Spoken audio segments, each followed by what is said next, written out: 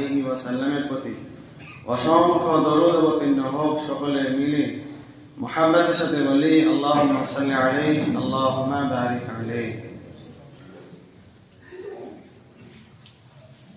সম্মানিত হাজিরিন, আজকের খুতবার যে বিষয়বস্তু রমজান মাসের ফাজাইল। আমরা এই রমজান মাসের জন্য 2 মাস আগে থেকে প্রস্তুতি নিচ্ছিলাম, আলোচনা করছিলাম, এমনকি দোয়া করেছিলাম যে আল্লাহুম্মা বারিক লানা ফি রজব ওয়া শাবান ওয়া বাল্লিগনা রমাদান। ওগো আল্লাহ, তুমি আমাদেরকে রজব এবং শাবান মাসে বরকত দান করো এবং রমজান মাসে পৌঁছে দিও। আল্লাহ পাকের লাখো কোটি শুকরিয়া যে আমাদেরকে রমজান মাসে প্রবেশ করিয়ে দিয়েছে। এবার শুধু রমজান মাসের অফারগুলোকে ধরতে হবে। নবী সাল্লাল্লাহু আলাইহি ওয়াসাল্লাম বলেছেন যে সালমান রাদিয়াল্লাহু তাআলা থেকে বর্ণিত যে খাতাবানা রাসূলুল্লাহ সাল্লাল্লাহু আলাইহি ওয়াসাল্লাম, যে নবী সাল্লাল্লাহু আলাইহি ওয়াসাল্লাম খুতবা দিচ্ছিলেন আমাদেরকে মিন আখিরি ইয়াউমিন মিন শাবান, শাবান মাসের শেষের দিনে, শাবান মাসের শেষের দিনে তিনি খুতবা দিচ্ছিলেন, উপদেশ দিচ্ছিলেন।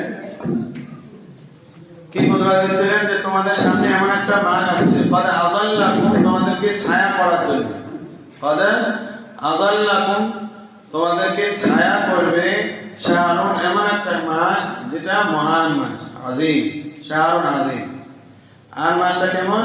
শাহরুন মুবারাকুন, সেই মাসটা হচ্ছে বরকতপূর্ণ মাস, যার মধ্যে বরকতই বরকত। আর বলছেন যে এই মাসের মধ্যে এমন একটা রাত্রি রয়েছে যে রাতটা হচ্ছে যে মিন খায়রুম মিন আলফি শাহর, খায়রুম অতি উত্তম মিন আলফি শাহর, 1000 মাস অপেক্ষা উত্তম সেই রাতটা। তাহলে এটা বড় একটা অফার। বলছে যে এই মাসে যে ব্যক্তি মান তাতাওয়া তাতাওয়া, কোন নফলকে সে আদায় করলো, তো ফিমা সেওয়া, অন্য মাসে, ফিমা সেওয়া মানে হচ্ছে যে এই মাস ছাড়া, এই মাস ছাড়া কানা কামান আদা ফরিজা, সে যেন একটা ফরজ আদায় করলো।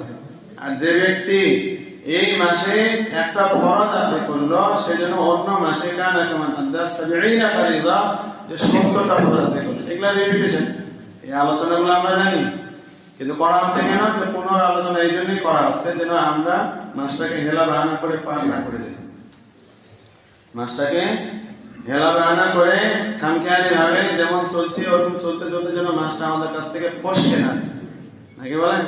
মাছ ধরতে গেলে কেমন ফসকে যায় না? তো এই মাসটা ওরকম পিছলে হবে আমাদের কাছে। শয়তান তো বাধা আছে, কিন্তু তারপরও শয়তান